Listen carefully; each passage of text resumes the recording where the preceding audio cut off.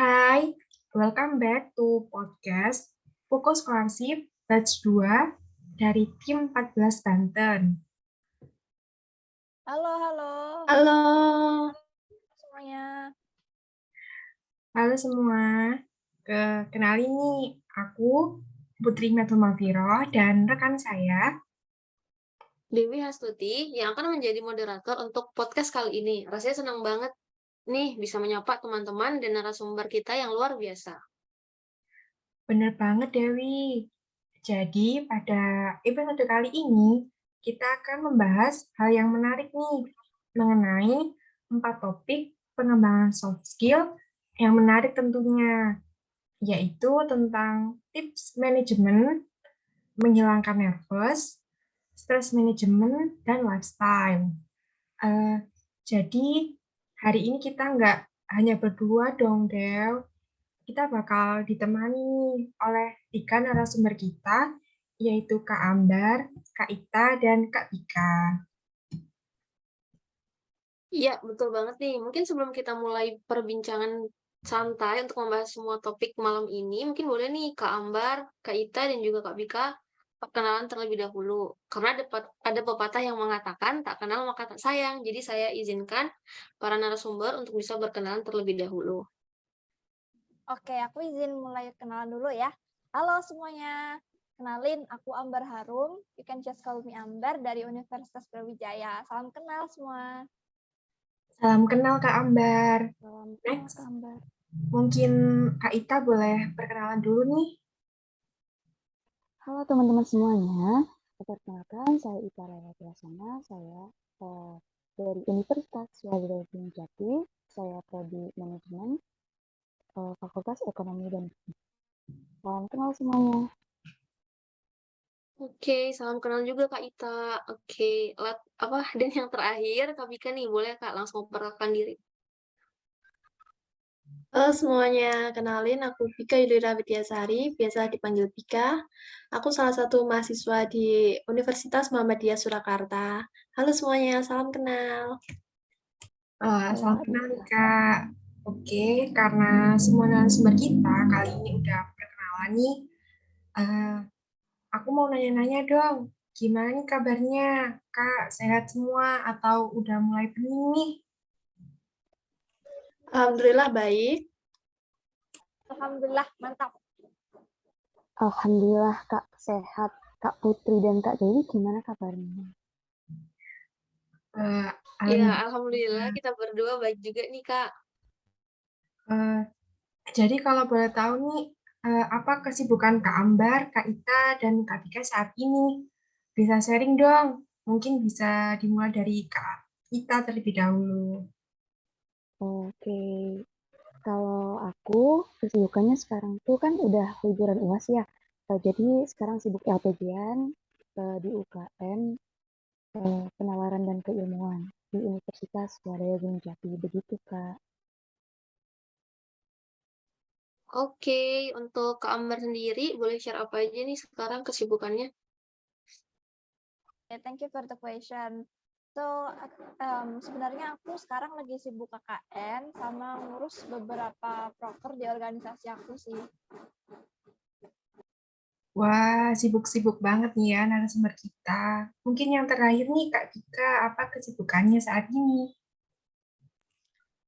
Untuk bulan ini karena aku masih di masa liburan UAS, jadi aku ngambil magang di Reach Indonesia itu WFH, sama di Bank BTN itu WFO. Oke, makasih ya narasumber kita. Mungkin langsung aja kita bahas untuk topik yang pertama, yaitu mengenai menghilangkan nervous yang ditemani oleh Kak Ambar sama Kak Ita nih. Wah, sangat produktif sekali ya Kak. Ngomong-ngomong nih, kita kan seorang mahasiswa nih. Pastinya kita biasa ketemu sama orang-orang baru dengan background yang berbeda-beda tentunya. Boleh dong Kak share pengalamannya tentang pengalaman mengenai nervous sendiri. Mungkin nervous waktu di kejadian apa gitu, mungkin bisa dimulai dari Kak Ambar. Silakan dijawab Kak. Oke, thank you ya pertanyaannya. Aku izin jawab. Ngomong-ngomong soal nervous, kalau sepengalamanku, nervous itu sebenarnya hal yang sangat wajar ya buat semua orang. Semua orang pasti kayak ngalamin nervous. Yang beda tuh mungkin dari apa penyebab yang bikin dia nervous. Kalau aku sendiri sih ngerasa nervous kalau misalkan aku ketemu sama orang baru yang benar-benar aku nggak tahu sebelumnya. Jadi kayak rasanya terintimidasi aja sih. Terus langsung overthinking, kayak aku mikirin kayak gimana sih reaksi atau tanggapan orang lain ke aku, terus apakah aku kelihatan kayak canggung, nggak pede, atau mungkin dari style aku yang nggak sesuai sama mereka, dan masih banyak lagi. Tapi intinya, nervous yang aku alami itu kayak lebih ke menghadapi orang baru aja sih. Aku boleh sambung ya. Kalau aku sendiri ada suatu waktu, beberapa waktu gitu, seperti gambar juga, tapi aku lebih dominan ke nervous yang ketika disuruh banyak bicara di depan orang banyak gitu, kayak improve sedemikian rupa yang mungkin ada di suatu acara, tiba-tiba oh kamu maju gitu, kayak yang suruh depan orang banyak buat ngomong itu kayak nervous banget gitu Kak. Jadi kayak tiba-tiba tuh yang di pikiran tuh yang mau diomongin tuh hilang semua gitu loh. Jadi kayak dari grogi tersebut tuh bisa apa ya, menghilangkan yang tadinya mau diomongin tiba-tiba hilang aja gitu Kak. Oke, thank you buat Kak Ita dan Kak Ambar atas pendapatnya. Nah, menurut Kak Ambar sendiri, kenapa sih orang-orang suka nervous saat tampil di depan umum, Kak?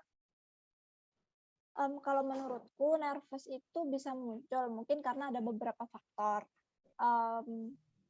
Yang pertama mungkin ada beberapa orang yang punya pengalaman nggak enak, misalnya nggak didukung sama orang terdekatnya, atau mungkin dapat kritikan yang pedas gitu, yang kayak menjatuhkan. Bukannya kan kritikan itu kan ada yang membangun, ada yang menjatuhkan. Nah mungkin ada orang yang dapat kritikan pedas terus yang menjatuhkan mental dia gitu, jadi kayak bikin mental down. Terus abis itu juga mungkin bisa karena trauma masa lalu atau ekspektasi yang nggak selaras sama realitanya dia. Atau mungkin bisa juga karena faktor minder, karena mungkin situasi yang tidak mendukung atau gimana gitu, yang bikin dia ngerasa nervous. Oke, thank you Kak Ambar. Jadi ada beberapa faktor nih ya, bisa internal maupun eksternal. Nah, kalau begitu pasti ada dong cara mengatasi nervous di depan umum. Mungkin bisa di-share Kak tips dan triknya.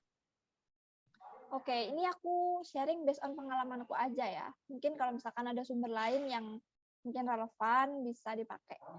Kalau menurutku, I think kamu bisa mulai kayak atur pernapasan dulu lah, mungkin sebelum ketemu sama orang baru, kayak tenangin diri dulu, kayak atur mindset, sugesti ke diri sendiri kalau misalkan kita bisa, everything is okay kayak gitu. Kalau perlu bisa coba minum air putih deh yang banyak gitu, sambil menenangkan diri. Mungkin cara-cara ini bisa bekerja karena aku sendiri udah coba dan alhamdulillah better sih dari yang sebelumnya. Wah, bermanfaat sekali tips dan triknya nih Kak Ambar. Cuma kalau misalkan aku nih, ketika semua itu yang dari Kak Ambar itu udah dilakuin, biasanya tuh kadang masih suka nervous gitu. Nah, salah satu solusinya itu biasanya solusi terakhir nih, kalau misalkan masih nervous itu biasanya aku lebih kayak pegang jempol gitu, kayak gini nih Kak. Nah, itu bisa memperbaiki gitu mood kita, terus keberanian kita, keyakinan kita untuk berbicara di depan orang banyak, sehingga itu kayak menambah kepercayaan diri. Kemudian nervous itu tiba-tiba secara nggak sadar itu bisa hilang, bisa mengurangi begitu Kak. Oke, makasih banyak buat tipsnya Kak Ambar dan Kak Ita. Mungkin karena keterbatasan waktu, kita langsung beralih ke topik pembahasan selanjutnya, yaitu tentang time management. Oke, aku akan minta pendapat Kak Bika. Halo Kak Bika, boleh diceritain sedikit Kak tentang menurut Kak apa sih definisi dari time management sendiri? Baik, terima kasih sebelumnya atas waktu yang diberikan. Menurut saya, time management itu adalah suatu proses untuk melakukan kontrol terhadap waktu dengan batas tertentu agar bisa menyelesaikan tugas yang sesuai dengan waktu yang sudah ditentukan. Dengan memiliki manajemen waktu yang baik, maka kita bisa merencanakan serta menggunakan waktu yang kita miliki dengan sebaik mungkin. Oke, menurut Kak Bika sendiri, kenapa kita harus bisa mengontrol atau bisa memiliki kemampuan time management tadi? Oke, untuk pertanyaan ini, kenapa sih kita harus bisa manajemen waktu kita?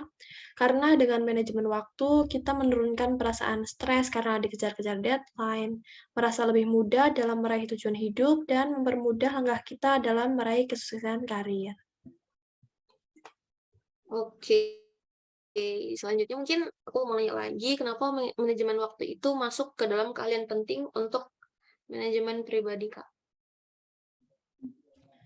Keterampilan manajemen waktu adalah keterampilan penting karena dapat membantu kita menyusun pekerjaan kita dengan cara yang memungkinkan kita untuk mencapai tujuan. Menyisihkan jumlah waktu tertentu per hari akan membantu kita menyelesaikan langkah-langkah yang diperlukan untuk mendapatkan pekerjaan. Seperti itu.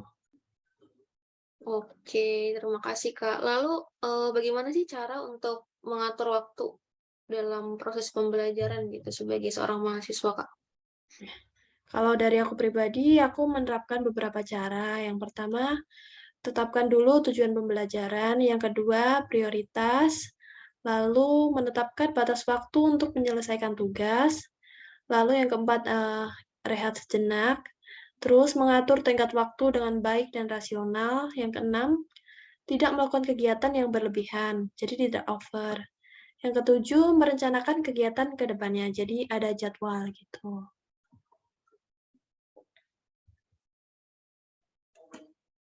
Oke, mungkin, apa saja sih, Kak, hal-hal yang harus diperhatikan dalam membuat manajemen waktu yang baik tadi? Eee, Kalau dari aku ada beberapa hal yang harus kita perhatikan, di antaranya yang pertama adalah membuat daftar kerja yang dilakukan, terus menetapkan waktu yang dibutuhkan untuk menyelesaikan pekerjaan tersebut, lalu mengatur jumlah yang terlibat dalam tugas tersebut. Wah, terima kasih banget nih Kak Bika atas tips dan trik untuk manajemen waktunya. Jadi gitu ya teman-teman, untuk manajemen waktu yang baik kita harus bersikap disiplin dan juga membuat to-do list, serta tadi beberapa cara yang udah disebutkan oleh Kak Bika. Thank you ya Kak. Oke teman-teman, kita beralih ke topik selanjutnya yaitu mengenai stress management. Eh, Kita kan di sela-sela mengatur time manajemen kita, pastinya kita pernah merasakan yang namanya stress management nih. Mungkin Kak Ambar bisa sharing gimana sih tipsnya agar mengatasi hal tersebut. Oke, stress management ya. Sebenarnya itu tergantung dari kita juga sih, dan ada hubungannya dengan pembahasan kita yang sebelumnya tentang time management. Karena as we can see, time management itu berpengaruh besar ke stress management kita. Nah, gimana caranya kita mengatur timeline, terus to-do list apa yang harus kita penuhi tiap satu hari itu, terus habis itu jangan lupa evaluasi juga. Dan hal yang terpenting kalau menurutku yang harus digarisbawahi di sini adalah kita harus kayak pinter-pinter milih prioritas sih. Mana kerjaan yang sekiranya bisa dikerjain saat itu juga, dan mana yang bisa ditunda gitu. Berani berkata tidak untuk hal-hal yang menurut kita tuh nggak terlalu penting gitu. Jadi dengan kata lain kita jadi bisa mengelola waktu, mengelola stress management juga. Gitu. Oke, makasih nih Kak Ambar tips dan triknya. Selanjutnya kita ke topik selanjutnya yaitu mengenai lifestyle. Eh, Ngomong-ngomong nih, lifestyle itu apa sih Kak? Boleh nih Kak Ita jelasin lifestyle sendiri itu apa? Mungkin teman-teman pada penasaran nih. Oke, untuk lifestyle itu sendiri yang biasa dikenal dengan gaya hidup ya sebutannya. Ini tuh bagian dari kebutuhan sekunder manusia yang bisa berubah dengan adanya perkembangan zaman. atau keinginan seseorang untuk mengubah gaya hidupnya. Gaya hidup ini bisa dilihat dari cara berpakaian misalnya, kebiasaan, dan lain-lain. Gitu. Lah, wah bener banget nih Kak. Jadi lifestyle sendiri itu sebuah pilihan ya teman-teman. Mungkin Kak Ita bisa membagi tips dan triknya agar teman-teman semua dapat menyesuaikan lifestyle-nya sesuai dengan kebutuhannya.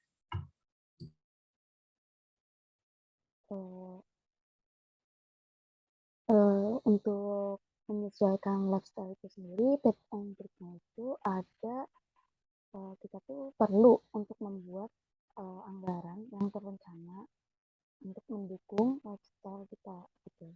Nah, yang kedua ini penting banget loh dan jangan di skip ya.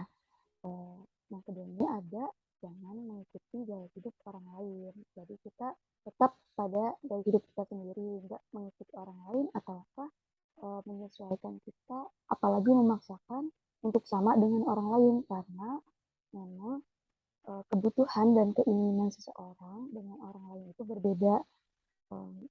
Bisa didukung dari faktor ekonomi, terus circle pertemanan, dan lain sebagainya. Itu aja sih Kak Putri menurutku yang paling penting itu jangan mengikuti gaya hidup orang lain sehingga kita bisa mengeksplor gimana diri kita sendiri gitu.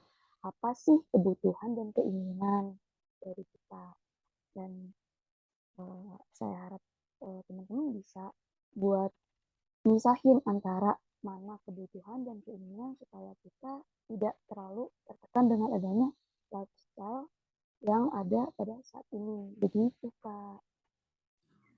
Oke, makasih nih Kak tips dan triknya. Mungkin cukup sekian ya teman-teman bincang-bincang santai pada podcast episode kali ini. Saya ucapkan terima kasih kepada narasumber kita yang luar biasa sudah menyempatkan waktu dan membagikan ilmunya.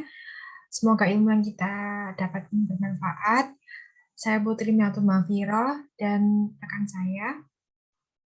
Dan saya Dewi Astuti, pamit undur diri. Sampai jumpa di podcast selanjutnya. Thank you semua. See you. Yuk. See you, Kak.